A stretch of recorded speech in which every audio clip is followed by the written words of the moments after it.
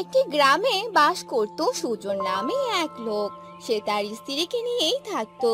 সুজন মাছ মারতো আর এভাবে তাদের সংসার চলতো। একদিন সকালবেলা হ্যাঁ গো, তুমি এখনো বসে আছো যে? মাছ ধরতে যাবে না? যাই গো যাই।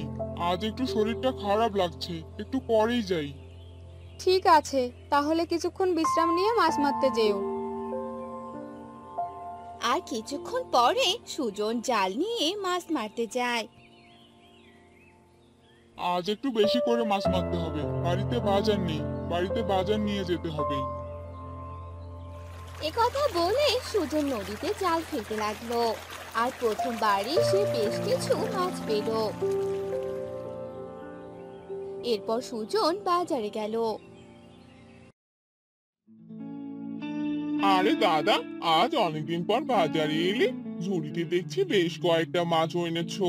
মাছগুলো বিক্রি করবে নাকি? হ্যাঁ দাদা, নদী থেকে মাত্রই এলাম। মাছগুলো বিক্রি করে বাজার কিনতে হবে। তাহলে তো মাছগুলো একদম টাটকা আছে। তুমি বরং এক কাজ করো, মাছগুলো আমাকে দিয়ে দাও। নিন দাদা, 200 টাকা দিলেই হবে। এরপর সেই লোকটি সুজনকে 200 টাকা দিয়ে মাছগুলো কিনে নিল। আর সুজন সে টাকা দিয়ে বাজার করে বাড়িতে এলো।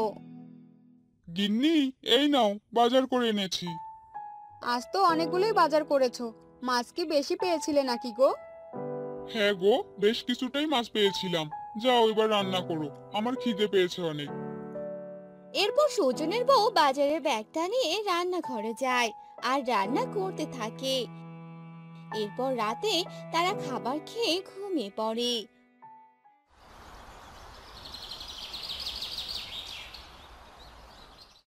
পরদিন সকালে জাল নিয়ে নদীর দিকে যেতে থাকে। আরে, আকাশটা অনেক মেঘলা দেখছি। বৃষ্টি আসবে মনে হয়। না, বৃষ্টি পড়লে তো নদীতে যাওয়া ঠিক হবে না। যাই, বাড়ি ফিরে যাই। এ কথা বলে সুজন বাড়িতে চলে এলো। সুজনকে দেখে সুজনের বউ বলতে লাগলো, কি গো, বাড়িতে চলে এলে যে? মাছ মারতে গেলে না? না গো, আকাশটা অনেক মেঘলা। বৃষ্টি আসবে মনে হয়। এই সময় নদীতে যাওয়া ঠিক হবে না। তা তুমি ঠিক কথাই বলেছো, আজকে আর যেতে হবে না। কিছুক্ষণ পরেই অনেক জোরে বৃষ্টি নামলো। সকাল গড়িয়ে বিকেল হয়ে গেল। বৃষ্টি থেমে যাওয়ার কোনো নামই ছিল না। কি গো, বৃষ্টি যে থামছেই না, কি হলো বলো তো? আমিও যে কিছুই বুঝতে পারছি না, কি যে হচ্ছে এসব। এভাবে বৃষ্টি পড়তে থাকলে আমাদের তো অনেক বড় ক্ষতি হয়ে যাবে। এরপর তারা দুজন কথা বলতে লাগলো।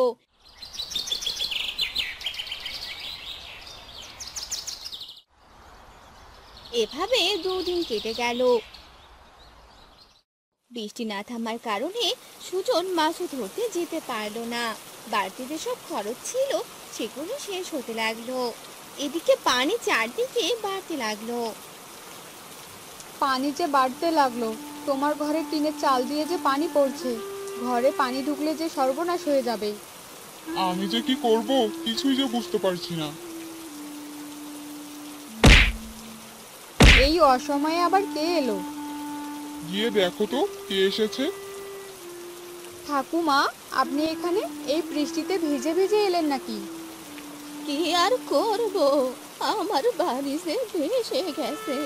থাকার মতো কোনো জায়গা নেই, তাই তো এখানে চলে এলাম। ঠিক আছে ঠাকুমা, আপনি আমাদের বাড়িতেই থাকতে পারেন।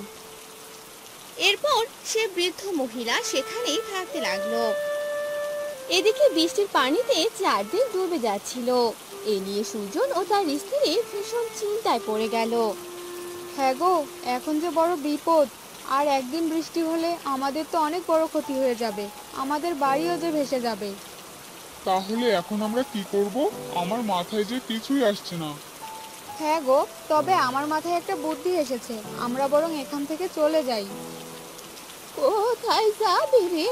এই বাড়ি ভিতে রেখে এ কাজ করা একদম ঠিক হবে না। তোরা বরং আমার কথা শোন।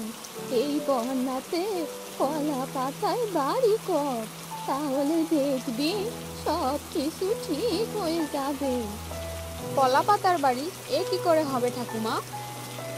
এরপর বৃদ্ধ মহিলাটির কথা মতো সুজন ও তার বউ কলা পাতায় বাড়ি বানাতে লাগলো। কিছু সময় পর তারা বানিয়ে ফেললো। আরে বাহ, কলা পাতার বাড়িটা তো দারুণ হয়েছে। এবার থেকে তাহলে আমরা এখানেই থাকবো, তাহলে আমাদের আর কোনো অসুবিধা হবে না। হ্যাঁ গো, এবার তাহলে আমরা ভালোভাবেই থাকতে পারবো। ঠাকুমা আমাদের ভালো বুদ্ধিটাই দিল। এরপর থেকে তারা সেই কলা পাতার বাড়িতেই থাকতে লাগলো।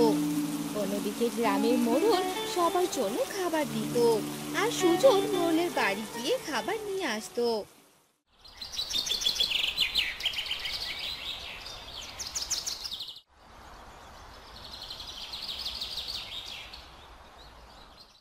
কিছুদিন যাওয়ার পর বৃষ্টি কমে গেল, আর আস্তে আস্তে পানিও কমে যেতে লাগলো। এবার তাহলে বাড়িটা যেতে পারবো। সে কি ঠাকুমা, কোন বাড়িতে যাবেন আপনি? আপনার বাড়ি তো বন্যার পানিতে ভেসে গেছে। সেটাই তো, আমি তো ভুলেই গেছিলাম। এখন আমি কই থাকবো? আরে ঠাকুমা, আপনি এত ভাবছেন কেন শুনি? আমরা তো আছি, আপনি এখন থেকে আমাদের সাথেই থাকবেন। এটা তুমি কি বলছো? হ্যাঁ ঠাকুমা, আমি একদম ঠিক কথাই বলছি। বৃদ্ধ মহিলাটি সুজনের বউয়ের কথা শুনে খুশি হয়ে গেল। এরপর থেকে সেখানেই থাকতে লাগলো। অন্যদিকে সুজন আগের মতো মাছ মারতে চলে গেল। তখনই একটি লোকের সাথে তার দেখা হয়ে গেল। আরে দাদা, মাছ মারতে যাচ্ছ নাকি? হ্যাঁ দাদা। তোমার ঘর বাড়ি ঠিক আছে তো? আরে আমার বাড়ির বেশি ক্ষয়ক্ষতি হয়নি, আমি যে কলা পাতার বাড়ি বানিয়েছিলাম। কলা পাতার বাড়ি? সে কি বলছো দাদা? এভাবে তোমরাও কলা পাতার বাড়ি বানাতে পারো, তাহলে আর ভারী বৃষ্টিতে কোনো অসুবিধা হবে না। ঠিক কথাই বলেছো দাদা, তোমার বাড়িটা একদিন দেখে আসতে হবে, তারপর আমিও বানিয়ে ফেলবো। আর ভালোভাবে দিন কাটাতে লাগলো।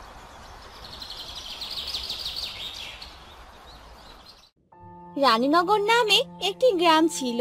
সে গ্রামে থাকতো গোপাল ও তার বউ। গোপাল ছিল অনেক অলস। সে ভালোভাবে কোনো কাজ করতে চাইতো না, সারাদিন শুয়ে বসে দিন কাটাতো। অন্যদিকে গোপালের বউ গোপালকে এ নিয়ে অনেক কথা শোনাতো। কি গো, তুমি এখনো বাড়িতে? যে মোড়লের বাড়িতে কখন যাবে শুনি? মোড়ল যে তোমায় যেতে বলেছে। সে যাব কোনো এক সময়, এখন অনেক খিদে পেয়েছে, আমায় কিছু খেতে দাও তো। খেতে তো দিবই, কিন্তু খাওয়া দাওয়া শেষ করেই মোড়লের বাড়িতে চলে যাবে। হয়তো কোনো কাজের জন্যই ডেকেছে তোমাকে। হ্যাঁ হ্যাঁ, সে দেখা যাবে, শুধু কাজ আর কাজ, দাও খাবার দাও। এরপর গোপালের বউ গোপালকে খাবার এনে দিল, আর গোপাল খাবার খেয়ে বাহিরে বেরিয়ে পড়লো। আর যেতে যেতে বলতে লাগলো, না, এই কাজ আর আমার ভালো লাগে না। মোড়লের বাড়িতে আমি যেতে পারবো না, যাই কারো দোকানে গিয়ে বসে একটু আড্ডা দিয়ে আসি। কি গো গোপাল দাদা, কোথায় যাচ্ছ?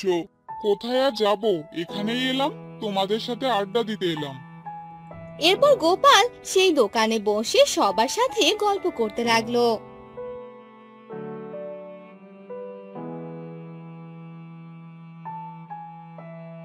আর বিকেল হতেই মোড়ল গোপালের বাড়িতে আসে আর গোপালকে ডাকতে থাকে।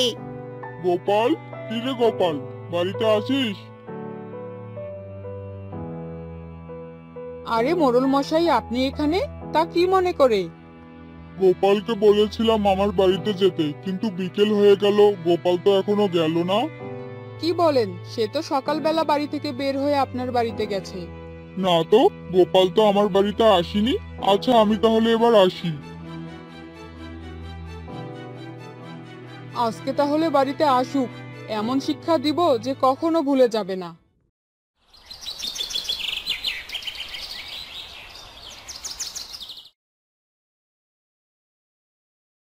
গিন্নি, ও গিন্নি, কোথায় গেলে?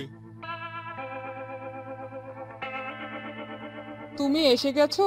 তা কাজ কেমন করলে গো? আর কত টাকা পেলে দেখি? আরে, এবার কি হবে?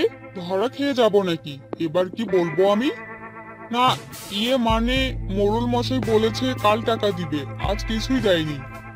তাই নাকি গো? মোড়ল মশাই তো বিকেলে আমাদের বাড়িতে এসেছিল, বলে গেল তুমি নাকি ভালোই কাজ করছো। আরে আমি তো সত্যি ধরা খেয়ে গেলাম।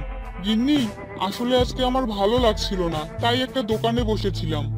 তাহলে বাড়িতে এলে কেন শুনি? আজ তোমার বাড়িতে কোনো জায়গা নেই, যেখানে গিয়েছিলে সেখানেই থাকো। আরে গিন্নি, এভাবে বলছো কেন? দেখো, কাল থেকে আমি ভালোভাবেই কাজ করব। তাহলে কালকেই বাড়িতে এসো, বুঝলে? এ যা, দরজা লাগিয়ে দিল। আজ বউটা অনেক খেপেছে, আজ যে কি হবে আমার। গিন্নি, দরজা খোলো, কাল থেকে কাজ ঠিকভাবেই করব। এ কথা শুনে গোপালের বউ দরজা খুলে দেয় আর রাতে খাবার খেয়ে তারা ঘুমিয়ে পড়ে। পরদিন সকালবেলা আজ কাজ করে তবেই বাড়িতে ফিরবে, না হলে আজকের খাবার বন্ধ করে দিব। ঠিক আছে, তাই হবে। এরপর গোপাল মোড়লের বাড়িতে যায় আর কাজ করে টাকা নিয়ে বিকেলে বাড়িতে আসে। আর এভাবেই কয়েকদিন কেটে যায়। গোপাল আবারও শুয়ে বসে থাকতে শুরু করে। গোপালের এমন কর্মকাণ্ড দেখে গোপালের বউ ভাবতে লাগে, না, এভাবে আর হচ্ছে না, এবার আমাকেই কিছু একটা ব্যবস্থা করতে হবে। গোপাল ঘুমাচ্ছিল আর সেই সময় অনেক বৃষ্টি পড়তে লাগলো। তখন গোপালের বউ সেখানে এলো আর গোপালকে বলতে লাগলো, হ্যাঁ গো, আমার মাথায় একটা বুদ্ধি এসেছে। বুদ্ধি? কিসের আবার বুদ্ধি এলো এই সময়? তুমি বরং একটা বাজার দিয়ে দাও, শুধু বসে বসে বাজারের কাজ করবে, ভালোই হবে। বাজার যে দিব, আমাদের কোনো জায়গা আছে কি? কোথায় দিব বাজারটা? আর যে বৃষ্টি পড়ছে, মনে হয় না 2-3 দিনের আগে থামবে। আর জায়গা কিনতে হবে, আমাদের কি টাকা আছে? তাহলে তো ভালোই হলো, আমরা বরং জলের উপরেই বাজার দিয়ে দিই, এতে করে জায়গাও কিনতে হচ্ছে না, সবাই নদী পার হয়ে বাজারে যেত, তখন এখানেই বাজারটা করতে পারবে। আর তুমি যে অলস, তোমার জন্য এই কাজটাই সহজ হবে, বুঝলে? কথাটা তুমি মন্দ বলনি। বৃষ্টি কমলে তারপর দেখি কি করা যায়, এবার আমায় একটু ঘুমাতে দাও। ওই সারাদিন তো তুমি ঘুমের মধ্যেই থাকো, তবুও শান্তি হয় না। এরপর গোপালের বউ সেখান থেকে চলে গেল।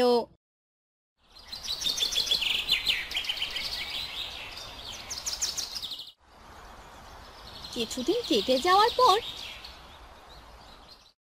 তারা জলের উপর বাজার দিয়ে দিল। সেখানে একটি লোক চলে এলো আর বলল, কি গো গোপাল দাদা, তোমার বুদ্ধিটা তো বেশ দারুণ হয়েছে। জলের উপর বাজার দিয়ে দিয়েছো। আমাদের আর নদী পার হয়ে বাজারে যেতে হবে না, তোমার এখান থেকে সব বাজার করতে পারবো। হ্যাঁ হ্যাঁ, তোমাদের জন্যই তো এই কাজ করা, তোমাদের উপকার হলো। হ্যাঁ হ্যাঁ, ঠিকই বলেছো। তারপর থেকে তারা সে গ্রামের সবাই গোপালের কাছ থেকে বাজার করে নিয়ে যেত। আস্তে আস্তে গোপালের অলসতা দূর হতে লাগলো। হ্যাঁ গো গিন্নি, তোমার বুদ্ধিটা কাজে লেগে তো ভালোই হলো, এখন আর আমাদের কোনো কিছুর অভাব হবে না। হুম, ঠিকই তো করেছি, তোমার অলসতাও যে কেটে গেছে, এখন ভালোভাবেই দিন কাটবে আমাদের।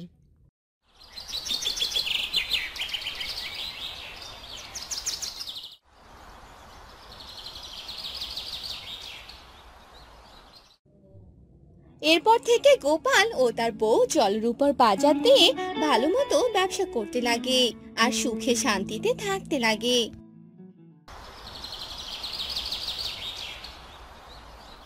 এই নে লক্ষ্মী, এই থালা বাসনগুলো পুকুর থেকে ধুয়ে নিয়ে আয়, আর আমি রান্না করি। ঠিক আছে দিদি। এরপর লক্ষ্মী থালা বাসন নিয়ে পুকুরে যায় আর সেগুলো ধুয়ে বাড়িতে নিয়ে আসে। আর শিলা রান্না করে। এরপর তারা দু বোন খাবার খেয়ে নেয়। হ্যাঁ রে লক্ষ্মী, আমি কাজে চলে গেলাম, তুই বাড়িতে থাকিস আর হাঁস মুরগিগুলোকে একটু খাবার দিয়ে দিস। গ্রামের সবচেয়ে ধনী ব্যক্তি ছিল গোপাল। তার অনেক জমি আর ছিল অনেক টাকা পয়সা। আর সেখানে শিলা কাজ করত। শিলা রান্না বান্না করত, ঘর মুছে দিত, আরো অনেক কাজ করত। এরপর শিলা হাঁটতে হাঁটতে সেই গোপালের বাড়িতে যায়। কি রে, তোর আসতে এত দেরি হলো কেন রে? পিঁপড়ার মতো হাঁটছিলি নাকি? তুই জানিস না সকাল হলেই আমি চা খাই? যা, এখনই চা বানিয়ে নিয়ে আয়। ঠিক আছে মালিক। এরপর শিলা ভালো করে চা বানায় আর গোপালকে খেতে দেয়। তারপর সকালে নাস্তা থেকে শুরু করে সব কাজ করতে থাকে। দুপুর হতেই আকাশে বিদ্যুৎ চমকাতে শুরু করে, তারপর বৃষ্টি পড়ে। এ কি, এ যে অনেক জোরে বৃষ্টি পড়ছে। বৃষ্টি না কমলে আমি বাড়ি ফিরে যাব কি করে? কি রে, একা একা কার সাথে কথা বলছিস? দুপুরের রান্না হয়েছে তোর? হ্যাঁ মালকিন, রান্না হয়েছে। তাহলে খাবার নিয়ে টেবিলে আয়, আমাদের সবার অনেক খিদে পেয়েছে। আর দ্রুত হাত চালা, বুঝলি? এত আস্তে আস্তে কাজ করলে চলবে না। জি মালকিন। এরপর শিলা খাবারগুলো টেবিলে দিয়ে দেয় আর সবাই খাবার খেয়ে নেয়। সবার খাওয়া শেষ হলে শিলা রান্নাঘরে বসে খাবার খায়। আমার কাজ তো প্রায় শেষ, এখন তো বাড়িতেও যেতে হবে। বৃষ্টিটাও একটু কমে গেছে, যাই মালিককে বলে আসি। মালিক, আমার কাজ শেষ, আমায় এখন বাড়ি যেতে হবে। ঠিক আছে, চলে যা, তবে কাল তাড়াতাড়ি চলে আসবি। ঠিক আছে মালিক। এরপর শিলা গোপালের বাড়ি থেকে বেরিয়ে পড়ে আর বাড়ির দিকে যেতে থাকে। আমি বরং জঙ্গলের রাস্তাটা দিয়ে যাই, তাহলে তাড়াতাড়ি বাড়ি যেতে পারবো। এই বলে শিলা জঙ্গলের রাস্তা দিয়ে যেতে থাকে আর তখনই শিলার সামনে এক পাখির বাচ্চা এসে পড়ে। আরে, এ কি, এ তো এক ছোট পাখির বাচ্চা।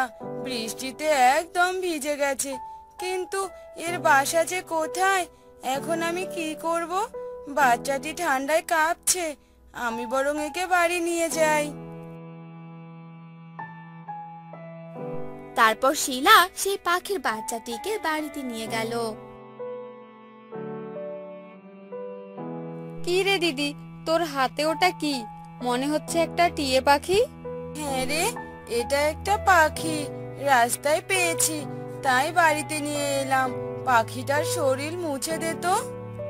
এরপর লক্ষ্মী সেই টিয়ে পাখির শরীর ভালোভাবে মুছে দিল, তারপর তাকে কিছু খাবার দিল। লক্ষ্মী আর শিলা দুজনেই পাখিটার অনেক খেয়াল রাখতো। এভাবেই দিন যেতে লাগলো। এই দিদি দেখ, টিয়ে পাখিটা আস্তে আস্তে বড় হচ্ছে। হ্যাঁ রে দিদি, আমরা যদি একে কথা শিখিয়ে দেই তাহলে তো শিখতে পারবে, তাই না? হ্যাঁ পারবে তো, কিন্তু তুই একে কি কথা শেখাবি? একে আমি সব কথা শিখিয়ে দিব, তাহলে এ যখন বড় হবে তখন সারাদিন আমার সাথে গল্প করবে। আচ্ছা ঠিক আছে, এখন ওকে রেখে দিয়ে আয়, সকালে যে তাড়াতাড়ি উঠতে হবে। এরপর তারা ঘুমিয়ে পড়ে। পরদিন সকালে শিলা সব কাজ শেষ করে আর পাখিটিকে খাবার খাইয়ে দেয়। আমি কাজ করতে গেলাম, তুই আমাদের পোষা টিয়েটার খেয়াল রাখিস, নয়তো বড় কাক এসে ওকে নিয়ে যাবে। তুমি কোনো চিন্তা করো না দিদি, আমি থাকতে ওর কিছু হবে না। এবার তুমি নিশ্চিন্তে কাজে চলে যাও। এরপর শিলা কাজে চলে যায়। যতদিন যেতে লাগলো টিয়ে পাখিটাও বড় হতে লাগলো আর একদিন টিয়ে পাখিটা উড়ে চলে গেল। শিলা বাড়িতে এসে দেখে তার বোন কান্না করছে। কি রে, তোর কি হয়েছে? এভাবে কান্না করছিস কেন? কান্না না করে বলবি তো কি হয়েছে? দিদি, আমাদের পোষা টিয়াটা যে উড়ে চলে গেছে। কি বলিস? তুই ওকে আটকে রাখলি না কেন?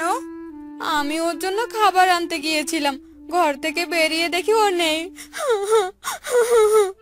আচ্ছা হয়েছে, এবার কান্না বন্ধ কর। কান্না করলে কি আর সে চলে আসবে নাকি? মন খারাপ করিস না, চল ঘরে চল। এরপর তারা ঘরে চলে যায়। এভাবেই অনেকদিন কেটে যায়। আর একদিন সে টিয়ে পাখি শিলা আর লক্ষ্মীর কাছে চলে আসে আর তাদের ডাকতে থাকে, বন্ধু ও বন্ধু, কোথায় তোমরা? বাহিরে আসো, আমি যে তোমাদের কাছে চলে এসেছি। কি রে দিদি, আমাদের এভাবে কে ডাকছে? চল তো বাহিরে গিয়ে দেখি। এরপর তারা বাহিরে গিয়ে দেখে তাদের দুই বোনের পোষা টিয়ে বাহিরে আছে। টিয়ে পাখিকে দেখে তারা অনেক অবাক হয়ে যায়। এ কি, টিয়ে পাখি, তুমি এখানে? হ্যাঁ বন্ধু, আমি যে তোমাদের কাছে আবার চলে এসেছি। তোমাদের মতো এত ভালো বন্ধুকে ছেড়ে আমি কোথায় যাব বলো তো? এ কি, তুমি তো দেখছি কথাও বলতে পারো, কিন্তু আমি যখন তোমায় কথা শিখিয়েছিলাম তখন তুমি কথা বলনি কেন? কারণ আমি ছোট থেকেই কথা বলতে পারতাম। আমি কোনো সাধারণ টিয়া পাখি নই। আমার পরিবার হলো এক জাদু শক্তির পরিবার। আর আমি সেদিন আমার বাসা থেকে পড়ে গিয়েছিলাম। আর তোমরা আমাকে এক নতুন জীবন দিয়েছো। তোমাদের অনেক ধন্যবাদ বন্ধু। তাহলে তোমার তো অনেক ক্ষমতা আছে বন্ধু, তাহলে তুমি আমাদের অনেক সাহায্য করতে পারবে। হ্যাঁ, অবশ্যই পারবো। বলো, কি চাই তোমাদের? না না বন্ধু, আমাদের কিছু লাগবে না। আমরা এভাবেই অনেক সুখী আছি, আর কিছু চাই না আমাদের। তোমরা আমার জীবন বাঁচিয়েছো, আমার অনেক খেয়াল রেখেছো, ঠিক মতো খাবার দিয়েছো। এবার আমিও তোমাদের সাহায্য করতে চাই। বলো, কি চাই তোমাদের বন্ধু? তুমি কি আমাদের একটা নতুন বাড়ি বানিয়ে দিতে পারবে? আসলে একটু বৃষ্টি হলেই আমাদের ঘরে পানি পড়ে। হ্যাঁ, অবশ্যই পারবো। এই বলে সেই টিয়া পাখি তার জাদু শক্তি দ্বারা একটি সুন্দর বাড়ি বানিয়ে দিল। এত সুন্দর বাড়ি দেখে তারা অবাক হয়ে গেল। এবার আমরা সবাই মিলে এই বাড়িতে থাকবো, আর তুমিও আমাদের সাথেই থাকবে। হ্যাঁ, আমি আর তোমাদের রেখে কোথাও যাব না। এরপর থেকে শিলা গোপালের বাড়িতে কাজ করতে চায় না। তাদের দুই বোনের পোষা টিয়ে তাদের অনেক সাহায্য করে। আর তারা তাদের পোষা টিয়েকে সাথে নিয়ে সুখে শান্তিতে থাকতে লাগলো। রানীনগর গ্রামের মোড়ল ছিল ভীষণ অত্যাচারী। মোড়লের 3 কন্যা। এ নিয়ে মোড়লের দুঃখের শেষ নেই। ছেলে সন্তানের জন্য মোড়লের বউকে মোড়ল রোজ অত্যাচার করে, আর 3 মেয়েকে একদম সহ্য করতে পারে না। দাই বুড়ি, খবর কি? অবস্থা ভালো না মোড়ল সাহেব, ভগবানকে ডাকুন। মোড়ল বারান্দায় পায়চারি করতে থাকে।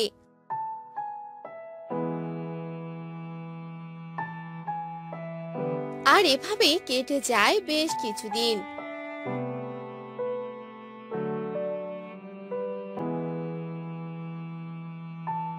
বেশ কিছুদিন পর দাই বুড়ি কোলে একটি বাচ্চা নিয়ে বাহিরে আসে। মোড়ল সাহেব, আপনার যে ফুটফুটে একটা মেয়ে হয়েছে। কি, আবার মেয়ে? এবার তো মা মেয়েকে জ্যান্ত পুরব। তার আর দরকার হবে না।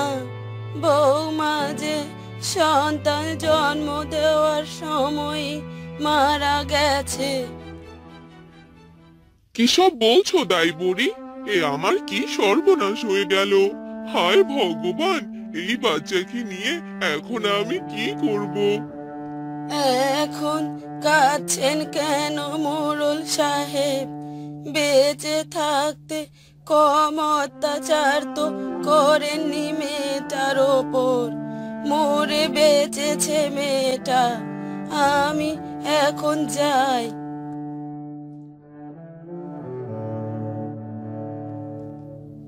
এই বলে দাই বুড়ি সেখান থেকে চলে যায়।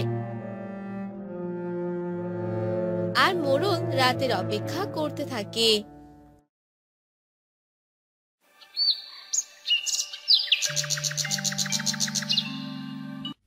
যাই, এই মেয়েকে জঙ্গলে কোথাও ফেলে দিয়ে আসি। বাঘ সিংহে খেয়ে নেবে। তিনজনের রক্ষে নেই, আবার উনি এলেন।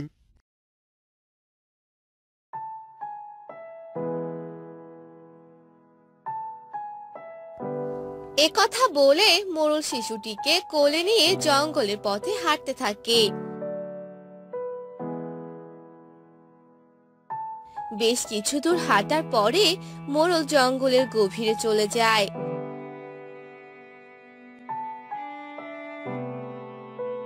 আর একটি গাছের নিচে মেয়েটিকে রেখে চলে আসে।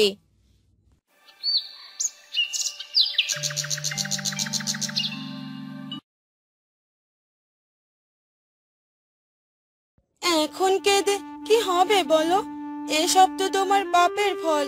ওসব আর মনে রেখো না, মাঠে যাও বাবা। হ্যাঁ রে মা, যাচ্ছি। এভাবে আর বলিস না, আমি তো এখন সব খারাপ কাজ ছেড়ে দিয়েছি।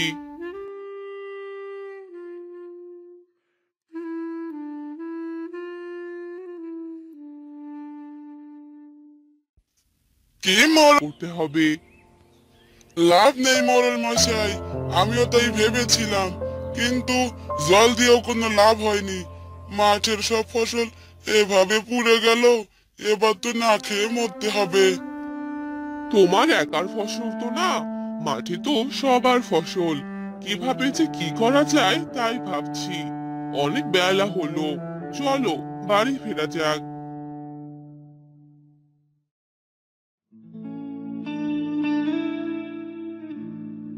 হ্যাঁ গো, সারাদিন কাজই করবে, খেতে হবে না বুঝি? তুমি মাঠে আসতে গেলে কেন? চা রোদ পড়েছে, সাথে গরমও। পাশের গ্রামের খবর কিছু শুনেছো? কেন, পাশের গ্রামে আবার কি হবে? তোমার মনে নেই, পাশের গ্রাম থেকে অন্যায়ভাবে অত্যাচারী মোড়ল আমাদের বের করে দিয়েছিল? ওসব পুরনো কথা ভুলে যাওয়াই ভালো। শুনলাম পাশের গ্রামের মাঠের ফসল সব নাকি পুড়ে গেছে, তাই তো দেখতে এলাম। কিন্তু আমাদের মাঠের ফসল তো ভালোই আছে। কিসব বলছো? তাহলে তো যেতেই হচ্ছে পাশের গ্রামে।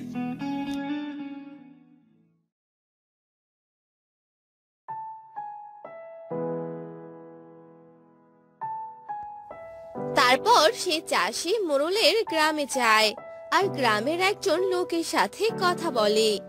হায় ভগবান, মাঠের সব ফসল যে পুড়ে শেষ, কিভাবে হলো এসব? আমরা কিছুই জানি না দাদা, হঠাৎ মাঠের ফসল এমন পুড়ে গেছে। লোকে তো বলছে পাপ, সব পাপ। আমাদের মাঠের ফসল তো ভালোই আছে। আমাদের গ্রামে একজন তান্ত্রিক আছে, ওনার কাছে গেলে হয়তো কোনো সমাধান পেতে পারি। তাহলে তো ভালোই উপকার হয় দাদা, আপনি এখনই নিয়ে চলুন।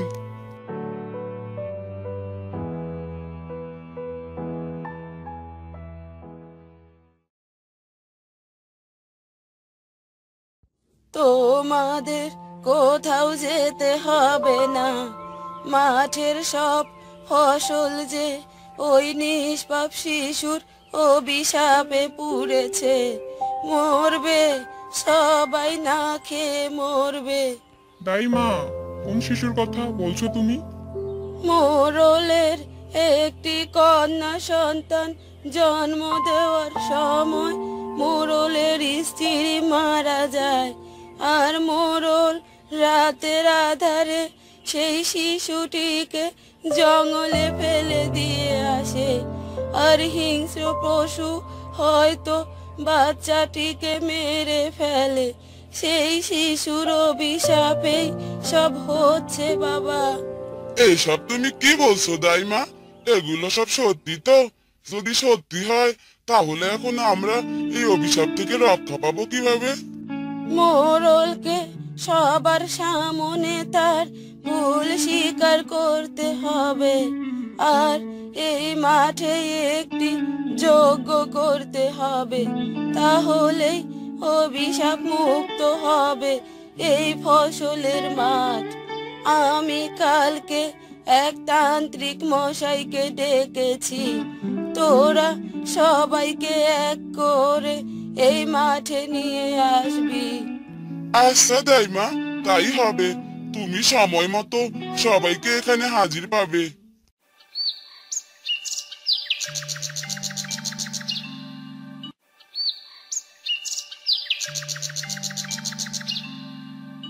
বলুন মোড়ল মশাই।